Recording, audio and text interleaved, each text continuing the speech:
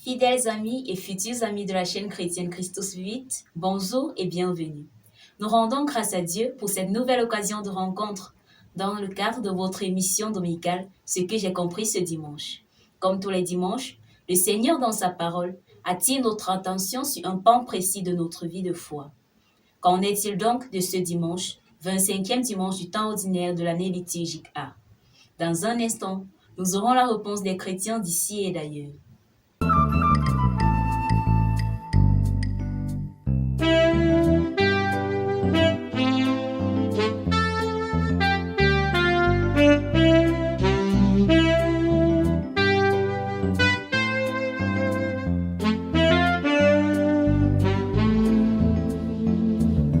Les chrétiens de l'International ouvrent le bal ce dimanche.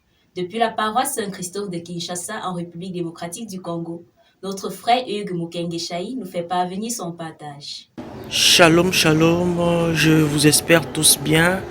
Je suis encore devant vous en ce 25e dimanche du temps ordinaire depuis l'archidiocèse de Kinshasa en République démocratique du Congo. Alors, je vais plus m'émarteler plus sur l'évangile de ces jours. Si quelqu'un veut être le premier, qu'il soit le dernier et le serviteur de tous.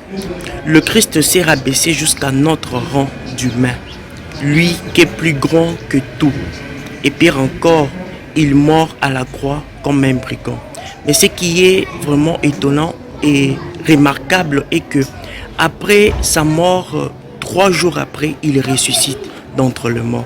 C'est pour nous faire voir que notre Christ n'est pas mort, il est vivant. En ce 25e dimanche du temps ordinaire, nous devons tourner un regard aujourd'hui vers le Christ, notre plus grand modèle d'humilité. Et abandonnons nos vaines gloires en lui. Parce que lui, il déçoit jamais. Il déçoit jamais. Il est toujours là. Et à chaque fois qu'on fait appel à lui, il est toujours présent. Et il répond, il exauce nos prières. Je vous souhaite une excellente journée dominicale et bon dimanche. Merci. Sans tarder, tournons-nous vers le Rwanda pour écouter notre frère Aimé Irao. Je m'appelle Aimé depuis la République du Rwanda. Ce que je connais, 25e dimanche du temps ordinaire. Nos 3 lectures aujourd'hui décrivent d'abord l'homme par sa nature est éternellement insatisfait. Ce qui engendre la jalousie, la guerre et des fratricides. Alors, je viens vous montrer maintenant le contraire de ce que nous avons l'habitude de comprendre. Par exemple, quand il se disputait entre grands parmi nous, qui sera le chef, voilà. Tout ça vient à cause de cette insatisfaction que j'ai dit de l'homme. Alors, Jésus nous montre aujourd'hui l'exemple d'un petit enfant. Et il dit, celui qui veut être grand, qu'il soit petit comme celui-ci. C'est un bon exemple. Et c'est pas fait pour tout le monde aussi, c'est pas fait pour tout le monde. Moi, par la grâce et l'amour du Christ, nous le ferons. Merci. Revenons au Cameroun, précisément dans la ville de Tchang, et arrêtons-nous tout d'abord à la paroisse Saint-Paul-la-Porte de Foréké avec notre correspondant Martial Soutakamte. My name is Sinjipu Shekina from Lycée Bilingue de Tchang. Today we were in church to talk about something like that we should not think that when we pray to Jesus or when we pray to Jesus or when we'll be suffering will finish. That we should also see that Jesus suffered on the cross for us and that when we pray to him, what he can do for us, he will be able to do it, and not that when we pray to him, all our sufferings will finish. Thank you. Bonjour, moi c'est Merveille Gaël Zefar, fidèle de la paroisse Saint-Paul-la-Porte de Fourquet et membre de la chorale Saint-Dominique Savio. En ce dimanche, je vais plus m'attarder sur la première lecture et l'évangile. La première lecture qui nous interpelle à vivre dans la persévérance parce que nous voyons le malin qui décide de nuire à son frère parce qu'il fait du bien et veut le conduire également dans la débauche. Mais tout en sachant que le Dieu que nous servons, si nous avons foi en lui, il restera toujours à nos côtés et nous aidera malgré les difficultés que nous pourrons traverser dans nos vies. Et je vais par là aller directement à l'évangile de nos jours. Les disciples en chemin s'interrogeaient sur qui serait le plus grand d'entre eux, puisque Jésus a dit que bientôt il quittera de ce monde pour passer à son Père. Mais Jésus leur dit ceci: si quelqu'un veut être le premier, il doit être le dernier d'entre tous, il doit être le serviteur. Et si quelqu'un fait quelque chose à cet enfant, c'est à moi qu'il le fait. Et s'il le fait pour moi, c'est à mon Père qu'il le fait. Et moi, je tire de cela l'humilité. Donc, les textes de nos jours, en grosso modo, de ce jour, nous appellent à la persévérance et à l'humilité. C'est ce que j'ai pu retenir de ce dimanche. Alors ensuite, à la paroisse universitaire Saint-Justin, pour écouter les propos recueillis par notre correspondante Flora Himko. Bonjour, bon dimanche à tout le monde, que le Seigneur vous bénisse tous.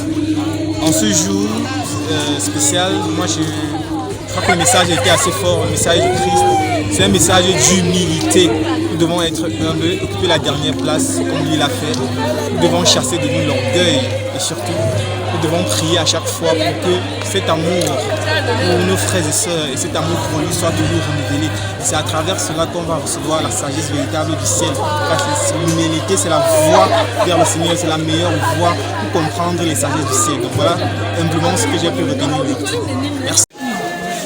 Oui, bonjour, moi c'est Ange Coca de la paroisse Saint-Justin.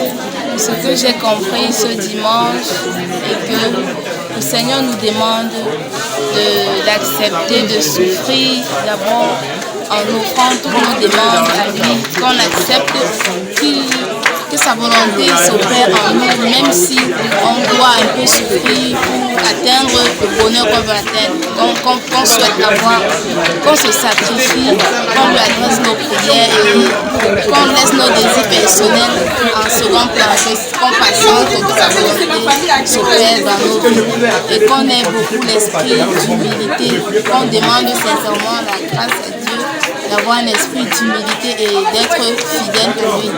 Merci. C'est avec les chrétiens de la paroisse Saint-Boniface de Nguy, dont les propos ont été recueillis par notre sœur Manuela Tsafak, que va se fermer cette page de partage. Maman Julienne, de la paroisse Saint-Boniface de Nguy, la présidente de la chorale Saint-Joseph. Aujourd'hui, ce que j'ai appris est que on veille sur la famille. Avant de sortir, aller à l'extérieur programmé. Je suis Madame d'Enfant Marie-Claire, secrétaire générale de l'EPAC de la paroisse Saint-Boniface. Le 7 d'aujourd'hui, 25e dimanche ordinaire de l'année B. Les apôtres étaient avec Jésus et en route, ils cherchaient qui devait être le plus grand parmi eux. Et à cette parole, le Seigneur a pris un enfant, il leur a dit que vous devez être comme cet enfant. Et c'est lui qui reçoit un enfant, c'est moi qui, c'est le Seigneur qui reçoit. Et si tu reçois le Seigneur, tu reçois celui qui l'a envoyé. Nous devons nous humilier pour devenir comme les petits enfants si nous voulons être des grands. Loué soit Jésus-Christ. Bonjour mes frères et sœurs en Christ. Je suis maman Nicole de Nguy, de la paroisse Saint-Boniface de Nguy. Saint Jacques nous a dit aujourd'hui que nous prions. Nous n'obtenons rien parce que nous ne prions pas. Et quand nous demandons, nous n'obtenons rien parce que nous sommes jaloux. Nous sommes jaloux. Nous n'aimons pas le bonheur de l'autre. Et j'ai conclu, mes frères et sœurs, que ce sont nos péchés qui bloquent nos grâces. Lavons nos cœurs, accueillons le bonheur de l'autre pour obtenir nos propres bonheurs. C'est ce que j'ai retenu aujourd'hui. Lavons nos cœurs de toutes les hypocrisies, de l'orgueil. Demandons l'humilité au Seigneur et tout ce que nous demanderons, si c'est ce qui est bien, Dieu va nous donner. Un merci cordial à tous pour le travail abattu. En bref, Les textes de ce dimanche nous enseignent que le chemin du Christ n'est pas un chemin parsemé de pétales de rose, mais il mène à la vraie gloire. Aujourd'hui, le Christ recommande la vertu de l'humilité à tous ses disciples, car le suivre, c'est choisir la dernière place, c'est travailler à faire taire notre orgueil, à descendre de notre piédestal, à prôner le silence et la paix, et encore plus lorsqu'on se sentira blessé ou même poussé dans ses retranchements. En plus, l'humilité a cet autre avantage qu'elle nous épargne la convoitise et donc elle est la solution aux conflits et rivalités, car qui a choisi la dernière place ne peut envier une autre. Certes, cela n'est pas facile, mais le chrétien trouve sa force dans la prière orientée vers la recherche du bien. Au cours de cette semaine, cultivons la bonne prière. Prions pour rendre grâce à Dieu pour toutes ses merveilles dans notre vie. Prions pour vaincre la peur d'affronter les difficultés. Prions pour le courage d'accepter la souffrance.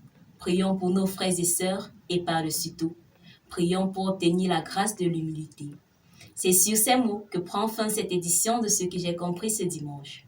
Soyons humbles en laissant un pouce, en partageant et aussi en nous abonnant pour être notifiés des prochaines vidéos. Pour nous faire parvenir vos partages, vous pouvez nous joindre via le contact qui s'affiche au bas de votre écran. Demeurez sous la protection divine et passez un bon dimanche. Au plaisir de vous retrouver dimanche prochain si Dieu le veut.